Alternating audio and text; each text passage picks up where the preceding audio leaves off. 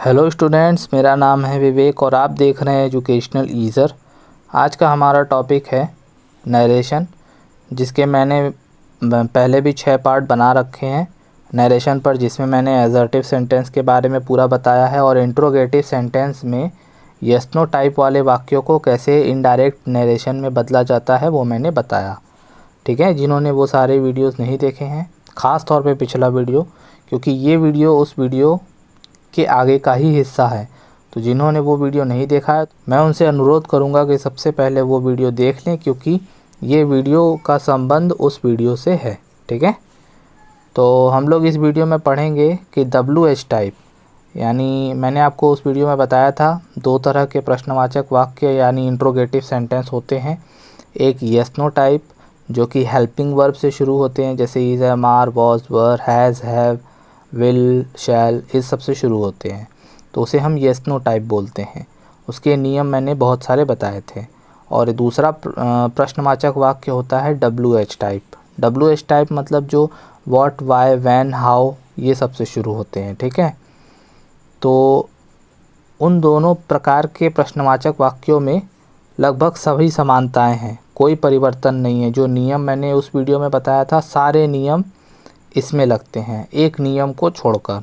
वो ये नियम है कि यदि रिपोर्टेड स्पीच ये सब शब्दों से शुरू है, यानी WH टाइप है, तो इनडायरेक्ट स्पीच बनाते समय कोई भी कनेक्टिव वर्ड, जैसे कि एजर्टिव सेंटेंस में दैट लगता था और येस नो टाइप वाले में इफ़ लगता था, लेकिन इसमें कुछ भी नहीं लगेगा, ना तो दैट लगेगा ना तो इफ़ लगेगा। ठीक है, बाकी सारे नियम वही रहेंगे कि सेड की जगह पे आस्क्ड लगेगा, और क्या बोलते हैं, जो इनडायरेक्ट रिपोर्टेड स्पीच में या इन्वर्टेड कॉमा के अंदर जो प्रश्नवाचक वाक्य है उसे हम साधारण वाक्य में बदल देंगे। क्यों नहीं लगता है इफ़ या दैट, उसका भी रीज़न बता देते हैं, क्योंकि वो सब कंजंक्शन है। जैसे कि एजर्टिव सेंटेंसेस में दैट लगता था तो वो भी कंजंक्शन है, इफ़ लगता था यस नो टाइप में तो वो भी कंजंक्शन था, लेकिन यहाँ पे ये सब जो शब्द हैं ये सब खुद ही एक कंजंक्शन का काम करने लगेंगे, इसीलिए किसी और कंजंक्शन की ज़रूरत नहीं पड़ती है। तो समझ गए, सारे नियम वही पुराने लगेंगे, बस इसमें एक ही नियम चेंज है, कोई भी कंजंक्शन नहीं लगता है। ठीक है, तो आइए चलिए करते हैं एग्ज़ाम्पल। पहला एग्ज़ाम्पल है ही सेड टू मी, उसने मुझसे कहा। तो जानते ही हो सेड की जगह पे आस्क्ड लगता है इंट्रोगेटिव में, तो he asked me, comma inverted comma पे यहाँ कुछ नहीं लगेगा, तो इस बात का विशेष ध्यान देना। वहाँ पे जो ये प्रश्नवाचक शब्द है वही रहेगा, वेयर। अब उसके बाद मैंने आपको नियम बताया था, अब आप वेयर को हटा दो। पिछले वीडियो जिन्होंने देखा है उनको पता होगा, मैंने ये बताया था कि जो हेल्पिंग वर्ब से शुरू होता है उसको उठा के सब्जेक्ट के बाद ले आके साधारण वाक्य यानी एजर्टिव सेंटेंस बना देते हैं। तो जैसा कि मैंने बताया था कि आप ये देख के लग रहा होगा डू यू लीव, तो डू यू लीव यानी डू डज लगा है, यानी ये प्रेजेंट इंडेफिनिट टेंस है। कौन सा टेंस है? Present indefinite tense. ठीक है, पहले तो ये बदलता है पास्ट में, इंडेफिनिट टेंस में। किस में बदल जाता है? पास्ट इंडेफिनिट टेंस में। ये आपको तो पहले नियम पता होना चाहिए। ठीक है, अब उसके बाद मैंने ये बताया था कि प्रेजेंट इंडेफिनिट टेंस में डू डज तब लगता है जब वो इंट्रोगेटिव सेंटेंस हो या निगेटिव हो। ठीक है, एफर्मेटिव में नहीं लगता, एफर्मेटिव में डू डज नहीं लगता है, ये मैंने पिछले वीडियो में भी बताया है। तो जब इसका एफर्मेटिव बनाओगे तो डू डज नहीं लगेगा। ठीक है, अब ये यू प्रोनाउन का सेकेंड फॉर्म है ना, सेकेंड पर्सन है, तो सेकेंड पर्सन ऑब्जेक्ट के अनुसार बदलता है, ये मैंने कई बार बताया। तो मी की जगह यहाँ पे क्या हो जाएगा? आई। ठीक, अब उसके बाद क्या करना है? हमें वर्ब लिखना है। क्यों? क्योंकि डू डज हम प्रयोग करते नहीं हैं एफर्मेटिव में। ठीक है, चाहे प्रेजेंट इंडेफिनिट का एफर्मेटिव हो चाहे पास्ट इंडेफिनिट का एफर्मेटिव हो, दोनों में हम डू डज या डिड, पास्ट में तो डिड यूज़ होता है ना, तो डिड भी प्रयोग नहीं करेंगे। अब पास्ट में बदलना है तो मैंने एक और नियम बताया था, टेंस तो आपको पता ही होगा कि पास्ट इंडेफिनिट के एफर्मेटिव सेंटेंस में वर्ब की सेकेंड फॉर्म लगती है। तो वर्ब यहाँ क्या है? लिव, मतलब रहना, तो लिव की सेकेंड फॉर्म क्या हो जाएगी? लिव्ड। तो ये फुल स्टॉप लग के यही ख़त्म हो जाएगा। बात को समझे। डू डज़ हट जाएगा। अगर डू डज़ लगता तो हम डिड का प्रयोग करते, क्योंकि प्रेजेंट पास्ट में चेंज हो जाता है। लेकिन प्रेजेंट पास्ट में चेंज तो हो रहा है, लेकिन पास्ट का क्या बन रहा है, एफर्मेटिव बन रहा है ना। तो एफर्मेटिव में तो डू डज़ या डिड तो लगता नहीं है, डिड लगता नहीं। साथ में वर्ब की कौन सी फॉर्म यूज़ होती है, सेकेंड फॉर्म। तो ये वर्ब की सेकेंड फॉर्म है। जिन्होंने पिछला वीडियो नहीं देखा है मैं उनसे कहूँगा पहले वो देख ले, उसमें भी मैंने समझाया है। नेक्स्ट एग्जाम्पल देखते हैं। कह रहा है अंकित सेड टू माई फ्रेंड्स, अंकित ने मेरे दोस्त से कहा। तो आप यहाँ पर भी आस्क्ड का प्रयोग करोगे। अंकित आस्क्ड माई फ्रेंड, यहाँ कॉमा इन्वर्टेड कॉमा पे कुछ नहीं लगेगा, ये व्हाट लग जाएगा। ठीक है, व्हाट। अब यहाँ लिखा है इज़ योर नेम। अब ये इज़ जो है हेल्पिंग वर्ब है, ये इधर आ जाना चाहिए। तो जब इज़ प्रेजेंट में आता है, इसको पास्ट में बदलोगे तो क्या बनेगा, वॉज।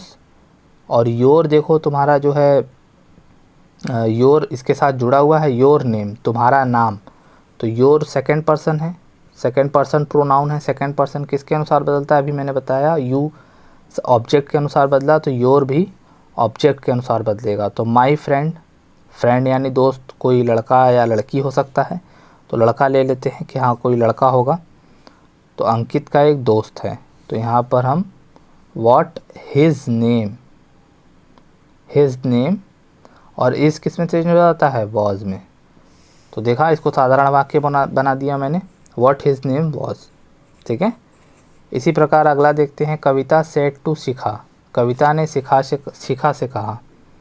तो यहाँ कविता आस्क्ड शिखा, फिर यहाँ कॉमा इन्वर्टेड कॉमा में कुछ लगना नहीं है, वेयर आ जाएगा। अब आर यू गोइंग है, तो यू जानते हो किसके अनुसार बदलता है, ऑब्जेक्ट।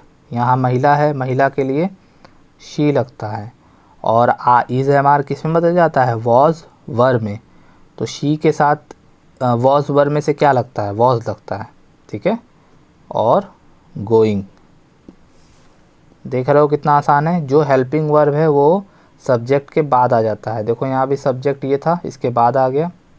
यहाँ पे भी हेल्पिंग वर्ब, लेकिन यहाँ तो लगना ही नहीं था। और यहाँ पे भी जो हेल्पिंग वर्ब था वो बदल के सब्जेक्ट के बाद आ गया। सब्जेक्ट चेंज हो जा रहा है क्योंकि प्रोनाउन का जो नियम जिन्होंने नहीं पढ़ा है, इसीलिए मैं बार बार कह रहा हूँ कि आप लोग नरेशन की शुरू से वीडियोस देखें और प्रैक्टिस करके तब यहाँ तक पहुँचें, क्योंकि बहुत सारी चीज़ें ऐसी हैं जो आप वो वीडियो नहीं देखे हो या प्रैक्टिस नहीं की हो तो समझ नहीं आएगा। अगला देखते हैं। सेड टू की जगह पे आस्क्ड का प्रयोग हो जाएगा। तो आस्क्ड मी, और यहाँ इफ़ या डैट तो लगता नहीं है, वाई लग जाता है। अब देखिए फिर से यहाँ पर आ गया हेल्पिंग वर्ब, यहाँ पे डिड है। ठीक है, डिड यू स्ट्राइक मी। तो अब देखो डिड किस में लगता है, पास्ट इंडेफिनिट में। किस में लगता है, पास्ट इंडेफिनिट में। और ये किस में बदल जाता है, पास्ट परफेक्ट में। किस में बदल जाता है, पास्ट परफेक्ट में। किस में बदल जाता है, पास्ट परफेक्ट। तो पास्ट परफेक्ट में बदलने के लिए सब्जेक्ट के बाद हम हैड का प्रयोग करेंगे, क्योंकि परफेक्ट में क्या यूज़ होता है, हैड। तो ये आपका सब्जेक्ट है, यू सेकंड पर्सन है, तो किसके अनुसार बदलेगा, ऑब्जेक्ट के अनुसार। तो आई हो जाएगा।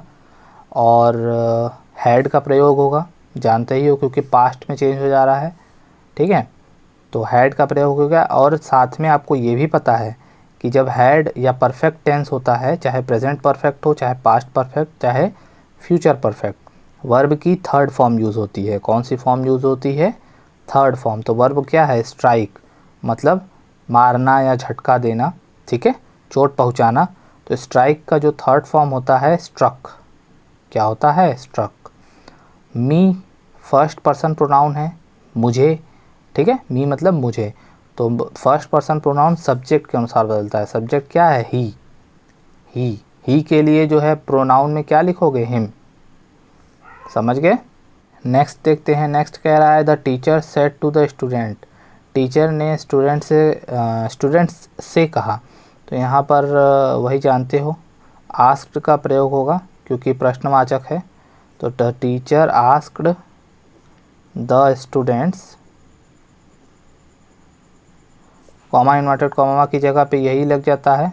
ठीक है, अब जानते हो are you late, are you late तो आर है, आर जो है प्रेजेंट के लिए यूज़ होता है, पास्ट के लिए वॉज या वर यूज़ होगा।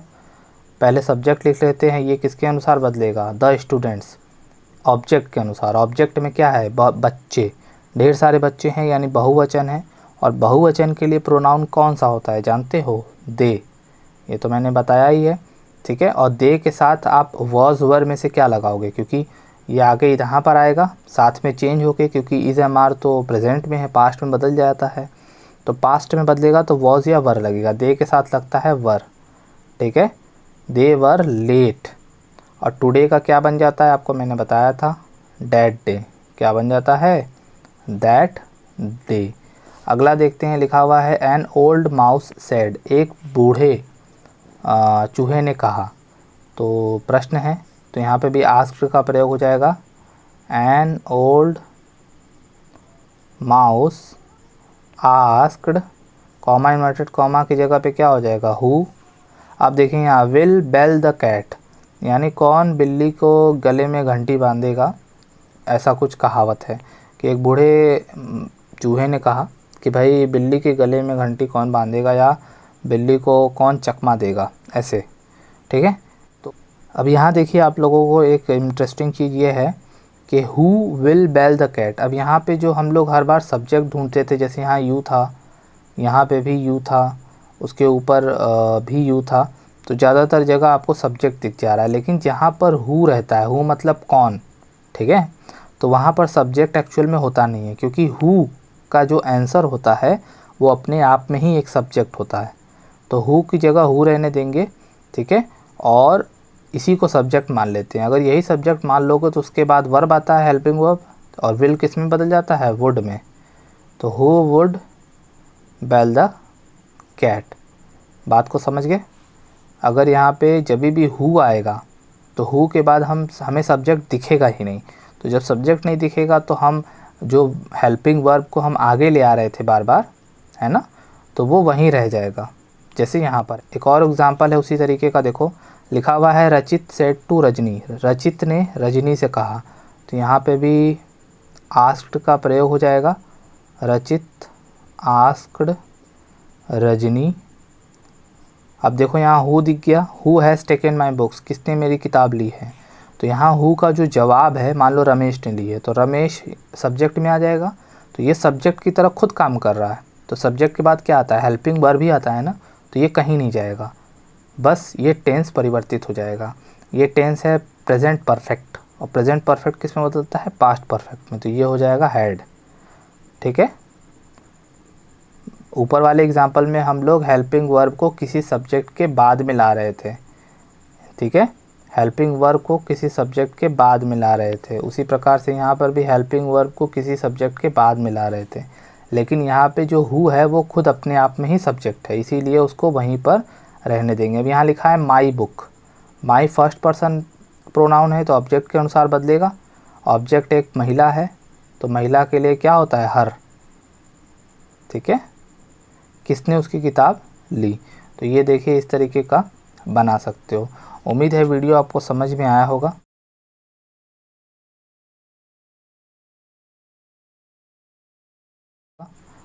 ज़्यादा टफ नहीं है, जिन्होंने मेरी सारी नरेशन की वीडियो देखी है शुरू से और प्रैक्टिस की है उनको तो ये बिल्कुल आसान लगा होगा।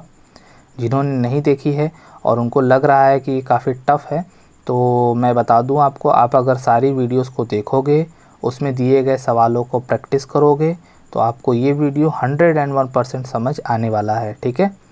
और अगर आपका कोई सवाल है, कुछ आपको डाउट है, तो आप कमेंट में पूछिए बेझिझक, मैं आपके सारे सवालों के जवाब ज़रूर दूंगा। अगर कोई अपना सवाल आप फ़ोटो या वीडियो के माध्यम से पूछना चाहते हैं तो मेरे सोशल मीडिया पे पूछ सकते हैं, जिसका लिंक आपको डिस्क्रिप्शन में मिल जाएगा, ठीक है। तो वीडियो को लाइक कर दीजिए, चैनल को सब्सक्राइब कर लीजिए, वीडियो को अपने दोस्तों से भी शेयर करिए, ठीक है। हम लोग मिलेंगे नेक्स्ट वीडियो में। Thanks for watching.